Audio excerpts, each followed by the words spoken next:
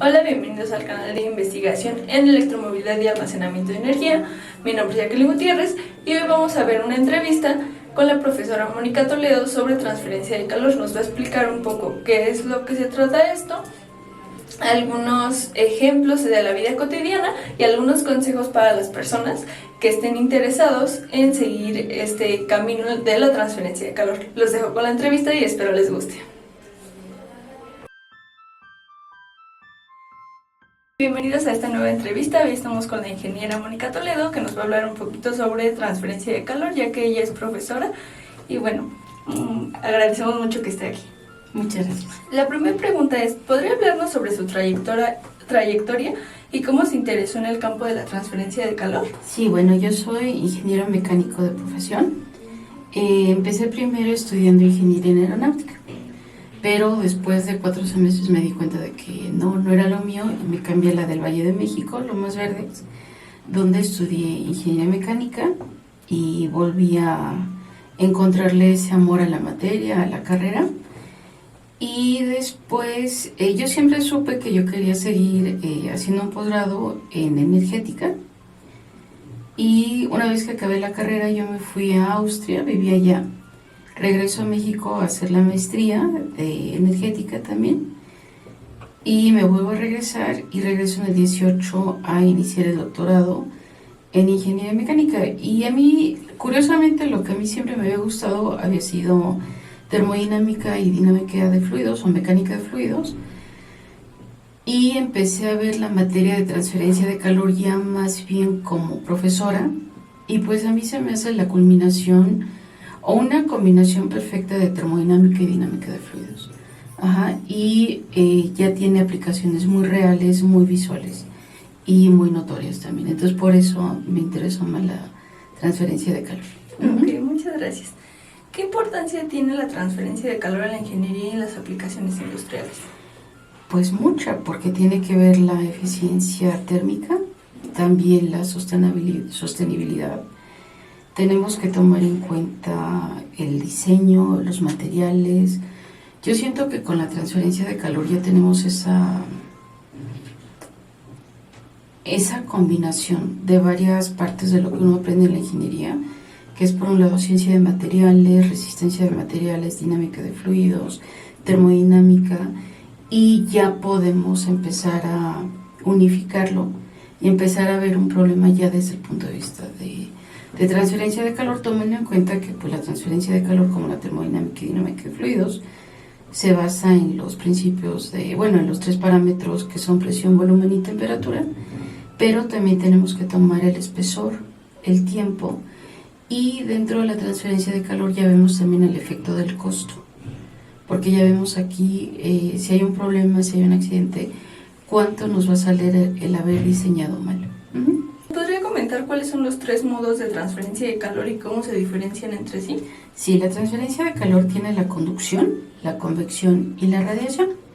La conducción es donde tenemos moléculas que están más en movimiento y pasan a unas de menos.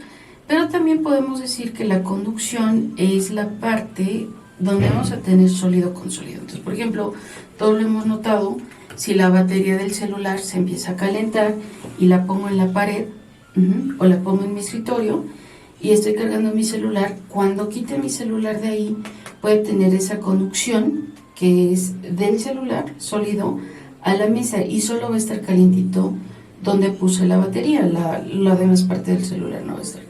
Luego tenemos la convección, que ya es más bien de sólidos a líquidos y gases. Y dentro de la convección tenemos la convección natural, que es como cuando dejamos la taza de té, la taza de café, la dejamos en el escritorio mientras nos vamos a bañar y pues empieza a transferir del café o del té hacia el medio ambiente. Y tenemos la convección forzada, que sería, por ejemplo, cuando tenemos una taza, pero le ponemos un ventilador para que nos enfríe más rápido. O lo que nosotros hacemos a la hora de comer o de tomar algo, al soplar. La radiación, que son por medio de las ondas electromagnéticas o fotones. Y pues aquí podemos ver el uso también en los rayos X, porque tenemos nuestro espectro. Ok. Muy bien. ¿Podría explicarnos un poco de la ley de Fourier y su relevancia en la transferencia de calor? Sí, la ley de Fourier es una fórmula que nos dice que la transferencia de calor en la conducción es igual a K por A mayúscula por delta T sobre L. K es nuestra constante de conductividad térmica, es un valor que ya está previamente establecido, cualquier libro de transferencia de calor lo tiene, es para cada material. A es el área, y esto es algo importante en la transferencia de calor, porque en termodinámica y dinámica de fluidos no tomamos en cuenta el área por lo general, pero para transferencia de calor ya tenemos que tomar el área, la superficie, y también si vamos a hablar de paredes o de cualquier otro objeto del espesor que va a tener, que es L, y delta T, que va a ser nuestra diferencia de temperaturas. Esto es importante porque por medio de esta fórmula podemos analizar, optimizar sistemas que van a depender de esta transferencia de calor. Ok, muchas gracias. Sí. ¿Qué papel tiene la transferencia de calor en la eficiencia que tienen las máquinas? Bueno, tiene uno bastante grande porque es un factor crucial para que podamos reducir costos operativos y también minimizar el impacto ambiental. La transferencia de calor se va a usar en una amplia gama de aplicaciones industriales, desde la calefacción, ventilación, refrigeración, hasta la generación de energía y en la fabricación de productos. Cuando mejoremos este diseño y también tengamos una operación correcta, el sistema de transferencia de calor nos puede ayudar mucho a maximizar la eficiencia y, en dado caso, a reducir correctamente los costos. Ok. ¿Cuáles son las aplicaciones más comunes de la transferencia de calor en la vida cotidiana? Bueno, una de las más comunes es a la hora de cocinar. Tenemos, por ejemplo, cuando vamos a hacer un huevo, pues ponemos el sartén sobre el fuego y no está directamente sobre el fuego, sino sobre la rejilla. Ahí ya vamos a tener una conducción, o si metemos algo al horno, ahí vamos a tener una convección, o si metemos algo al microondas, ahí tenemos la parte de radiación. Pero también lo tenemos, por ejemplo, en los refrigerantes. Tenemos también en cafeteras y teteras. Tienen ese mismo principio de conducción-convección. Pero también algo muy interesante en todos los termos. Porque lo que está aislando adentro, o si alguien alguna vez ha abierto un termo, vamos a ver que es la parte metálica por dentro y tenemos la capa de afuera, pero entre ellos dos tenemos el aire, que es un aislante térmico. Entonces ese es el que permite que nuestro café se mantenga por mucho tiempo caliente.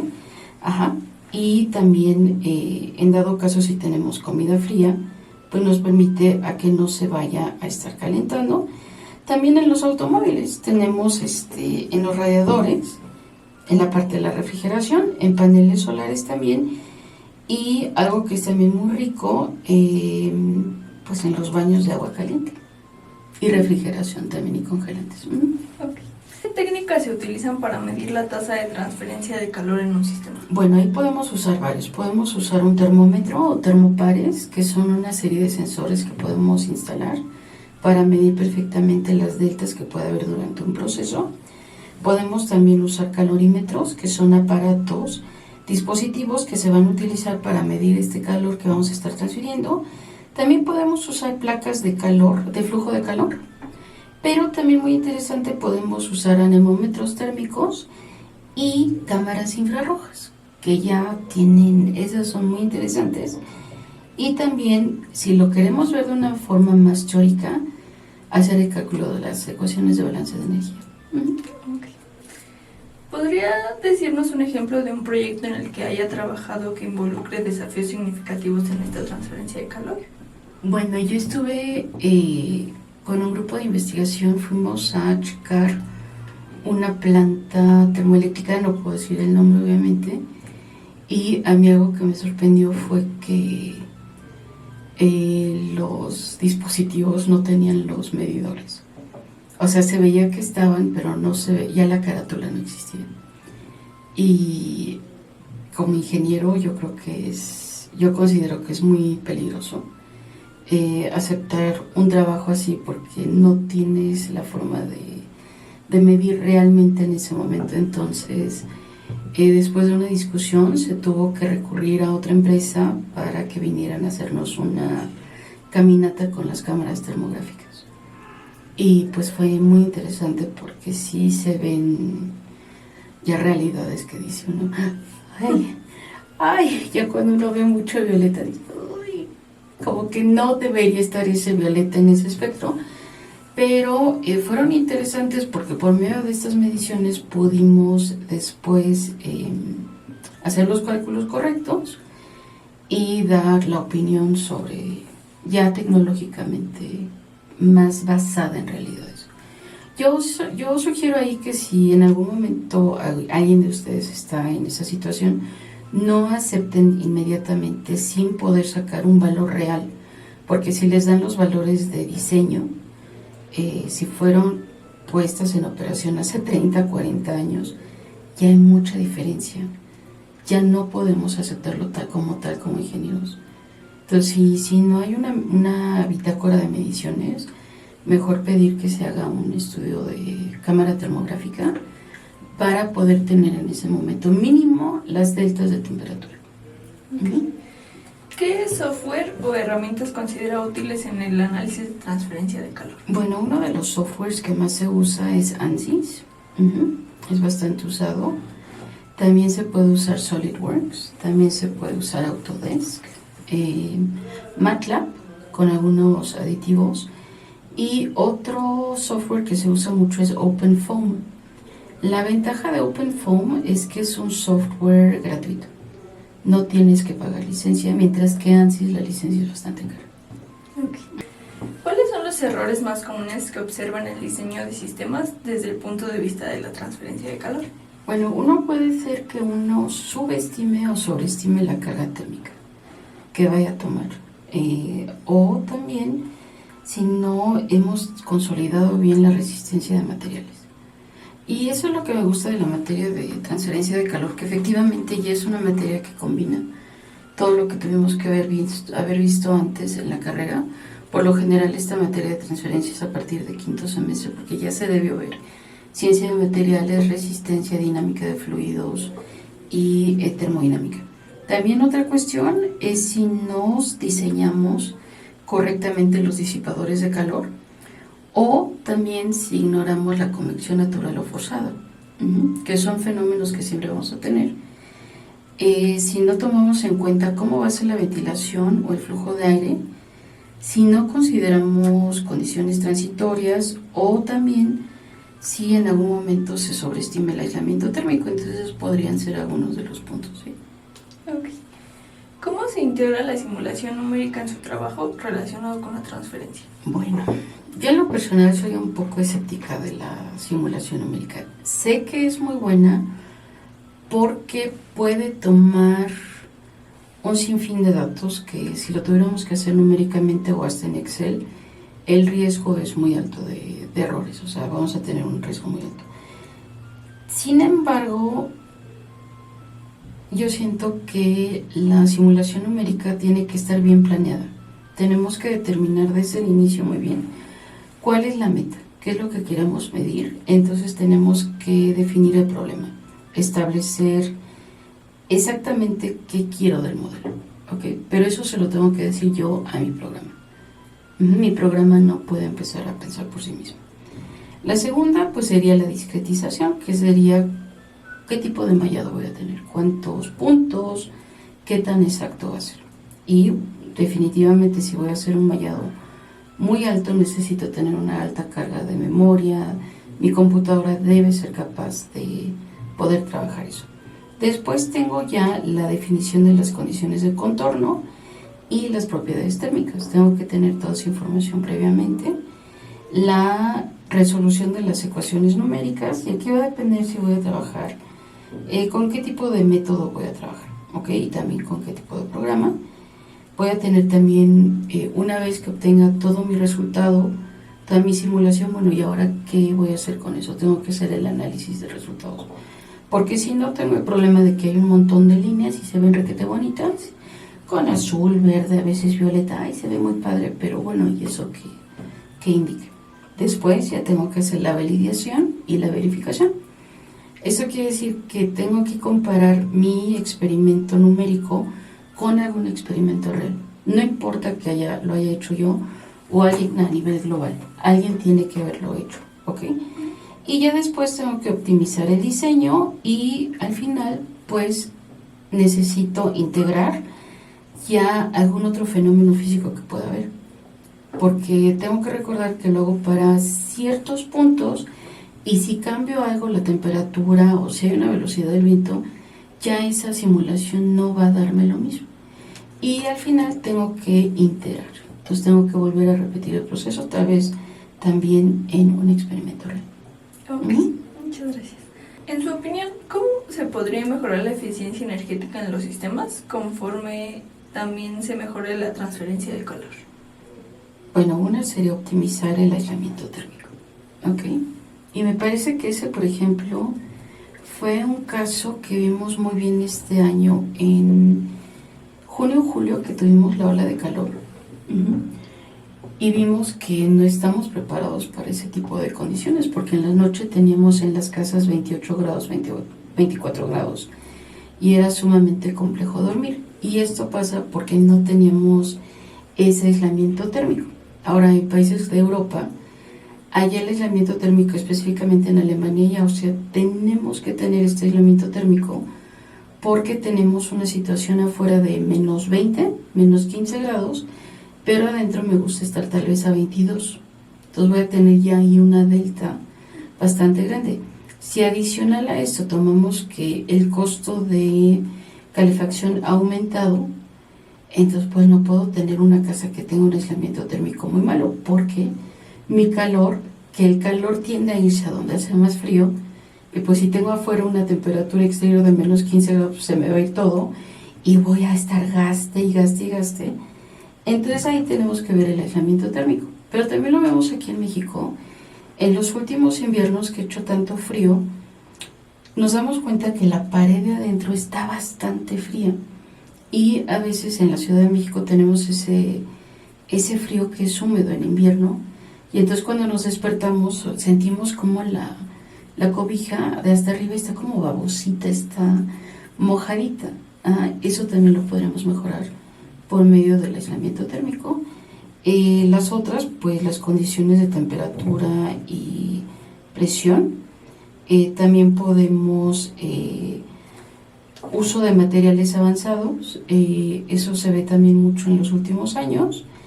Mejorar el diseño de los intercambiadores de calor y también optimizar la radiación térmica, y usar un control activo de temperatura. Y otro punto sería mejorar o cambiar la geometría de forma de lo que estoy diseñando. Tecnologías emergentes en el campo de la transferencia de calor y su aplicación a las nuevas tecnologías. Bueno, ahorita hay bastantes nuevos materiales avanzados para esta gestión térmica. Y esto es interesante porque en Europa ya se están diseñando cortinas que retienen muy bien el calor. Entonces ya la fibra de la cortina te puede aislar tu cuarto de todo radiación de luz ultravioleta y también del calor. Tenemos diferentes aerogeles que se están creando. Tenemos también que se está haciendo más la transferencia de calor en micro y nanotecnología, o sea, ya nos estamos metiendo a cuestiones muy pequeñas. También tenemos una simulación muy avanzada, tenemos una gestión térmica electrónica y también dispositivos de energía que están cambiando el camino que había.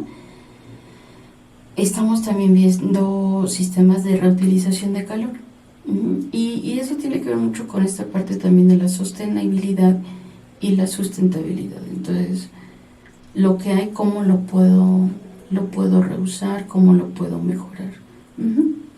Sí. Bueno, justo para allá ahí vamos. ¿Cómo se relaciona esta transferencia con la sostenibilidad y la reducción de la huella de carbono? Bueno, pues tomando en cuenta que estamos viendo a nivel global que la huella de carbono sí está dejando una huella y estamos teniendo, por ejemplo, ya los efectos del cambio climático que nos llegaron, pues ya, no en 2050 que se sospechaba. Entonces tenemos que mejorar la eficiencia energética. Esa la tenemos que hacer. O sea, como ingenieros esa va a ser parte de nuestro trabajo. Tenemos que recuperar calor residual. De ahorita se está viendo mucho por medio de la basura. ¿Cómo logro crear energía por medio de biomasa si es necesario? Tengo que empezar a usar energía renovable y sostenible. Y aquí en México ya vemos también los parques de energía solar. Inglaterra tiene delante de sus costas ya estas torres eólicas, que es interesantísimo.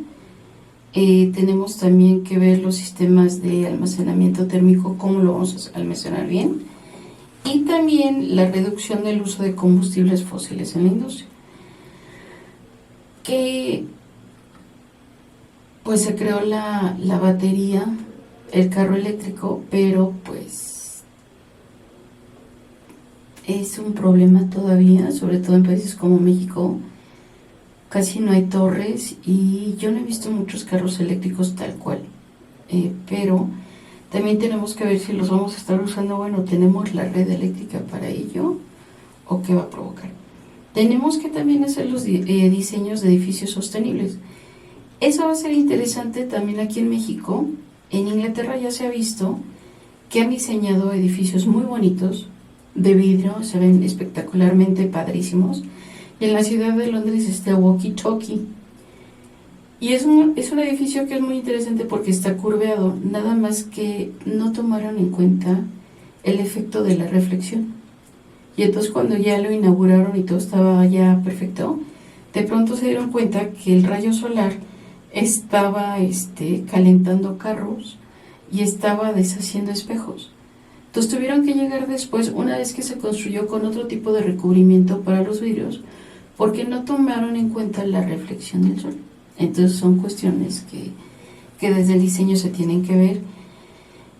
Tenemos que ver también las nuevas tecnologías para refrigerantes y optimizar procesos de producción y manufactura. Eso va a ser, yo creo que de aquí para adelante vamos a tener que tomar en cuenta eso. Okay. ¿Qué estrategias recomienda para mejorar la generación de energía eléctrica desde el punto de vista de la transferencia de calor? Bueno, se pueden optimizar los ciclos termodinámicos. Esa sería una. También utilizar más ciclos combinados en la generación eléctrica. Mejorar intercambiadores de calor. También mejorar la recuperación del calor residual. Tener fluidos avanzados en ciclos termodinámicos, pero ahí tenemos que ver si ya estamos ahí. O sea, si ya los podemos usar. Si no, aunque sea muy avanzado el fluido, y si no tenemos la instalación no lo vamos a poder lograr. Optimizar el aislamiento térmico, tener sistemas de refrigeración más eficientes, optimizar, bueno, ya lo hemos dicho, y empezar a usar más la energía solar. Yo creo que si empezamos con eso podemos tener mejores resultados también. Ok. ¿Cómo influye la transferencia de calor en los sistemas, ya sean de calefacción, ventilación o aire acondicionado? Bueno, estos sistemas están diseñados para poder controlar el ambiente interior y nos proporcionan pues un confort térmico, ¿no? Y también mejoran la calidad del aire. La transferencia de calor puede afectar estos en varias claves. Dentro de la calefacción, lo que sería la generación y distribución del calor, ¿ok? En las bombas de calor nos van a extraer calor del aire exterior y lo van a transferir al interior. En las calderas van a calentar agua que va a circular a través de radiadores o sistemas de calefacción por suelo radiante. En los sistemas de calefacción por convección van a utilizar este aire caliente que se va a mover por convección natural o forzada para calentar el entorno. En la ventilación va a controlar temperatura y humedad, y los intercambiadores de calor van a ser los sistemas de ventilación de recuperación del calor, y estos al intercambiar el calor, transfieren calor del aire saliente al aire entrante. Tenemos también el aire acondicionado, que va a hacer que los sistemas de aire acondicionado se basen en esta transferencia para enfriar el aire, y vamos a tener que checar en el evaporador, en el condensador, compresor y también en el control de la temperatura interior. Y aquí va a depender también mucho cuál es la delta que vamos a tener entre calor exterior y calor interior, porque no a todo el mundo le gusta estar muy frío. Entonces, por ejemplo, si en una oficina a alguien se le ocurre ponerlo a 20 grados, puede ser que varias personas digan, no, me estoy enfermando. Entonces tenemos que ver ahí cuál va a ser el calor o la temperatura correcta dentro de la oficina, por ejemplo. ¿Qué habilidades usted considera esenciales para aquellos que desean especializarse en la transferencia de calor? Yo creo que, o en mi opinión, primero la termodinámica. Tienen que gustarles la termodinámica, la dinámica de fluidos también. Tener conocimientos de ciencia de materiales y resistencia de materiales y fundamentos de transferencia de calor. Y no tener miedo a preguntar. O sea, para eso estamos los profesores, preguntar, ver videos, si es necesario hacerse bolas y quedarse totalmente confundidos para después preguntar y empezar a ver cómo es que salgo de ahí. Pero yo sí considero que dentro de la transferencia de calor, pues nos basamos en los parámetros de presión, volumen, temperatura. Sí. Bueno, ya había comentado algunos, pero ¿qué otros consejos le daría a un estudiante que va a comenzar su camino en este campo? Que sea muy, muy inquisitivo, que observen mucho. Si van a casa, observen cómo va el transporte. Por ejemplo, observen bien su micro, observen bien si van en carro, cómo va el tráfico, ¿ok? Porque en el tráfico podemos ver mucho de lo que es la dinámica de fluidos, y porque estamos viendo cómo nos estamos moviendo siempre en una misma dirección, y como ya tenemos la calle establecida, pues estamos ya con un entorno fijo. Sean inquisitivos, sean muy interesados, fundamenten bien su conocimiento desde primeros semestres, pregunten, tengan ideas, aprendan a decirlas y también a mantenerlas. O sea, porque tenemos que recordar que pues ha avanzado mucho la ciencia en los últimos años, y no siempre ha sido porque estemos manteniéndonos todos perfectamente felices en nuestra área. Entonces a veces hay que defender su conocimiento, hay que defender alguna idea, siempre y cuando se mantenga dentro de las 3 leyes de la termodinámica. O dentro, también consideren la ley 0 si quieren. Hay ciertas partes que no podemos quitar, por ejemplo la ley 0, la primera ley, la segunda ley, ¿ok? Esas se tienen que cuidar, pero que tengan esa parte inquisitiva, que quieran desarrollar, yo diría, si están en ICISA, pues traten de crear un automóvil mexicano, o si quieren estar trabajando para la Fórmula 1, pues diseñen un carrito de Fórmula 1, o sea, en chiquito, porque real va a ser muy muy caro, o traten de entrar a los AES mini baja, que ya es una experiencia bastante real, porque una cosa es la idea y otra parte es ya la parte económica. Pero sean inquisitivos, fórmense bien, pregunten, fundamenten bien su conocimiento y vayan a los laboratorios que haya de su escuela, no importa qué escuela, de posgrado. Conecten con los profesores, búsquenlos, pregúntenles, traten de que algún profesor sea su mentor. Yo siento que siempre ha servido el que uno tenga a alguien de experiencia que te pueda guiar. Uno no va a seguir todos los pasos, pero si es alguien que ya con su experiencia te puede decir, tal vez vente por aquí, mejor vete por allá. Sería pero mucho interés y sean inquisitivos, ¿ok? Quieran aprender más, ¿ok? Agradecemos mucho su tiempo para completar esta entrevista y muchas gracias por sus respuestas. Muchas gracias, cuídense. Hasta luego.